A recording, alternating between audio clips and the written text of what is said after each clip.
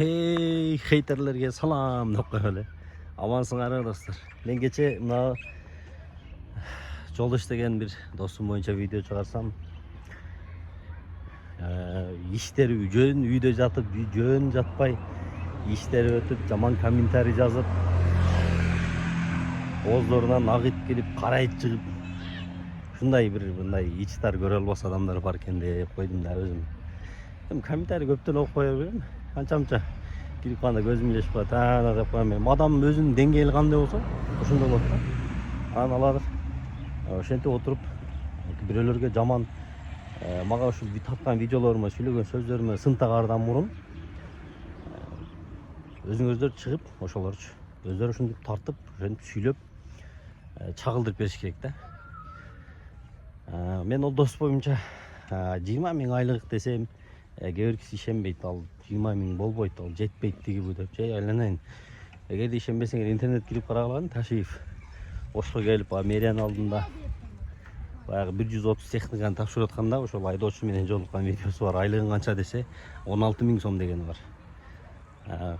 Камчыбек Ташиев өзү дагы айтканы бар, 16 000 сом аз дегенчи. Бул эми факт эми муну эмне көтөрүлөт, эми жакында көтөрүлөт. Ошол.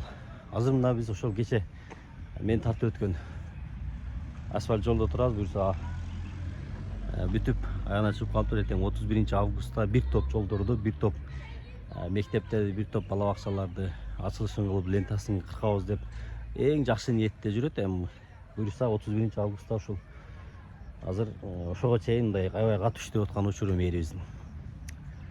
Ошол.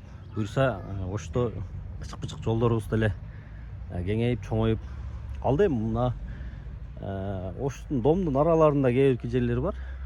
Тосулуп калган, башка болуп калган, ушундай жерлер дагы буюрса аларга жетишет деп. Анан Терешкова мектеп интернат жанында турабыз азыр бул.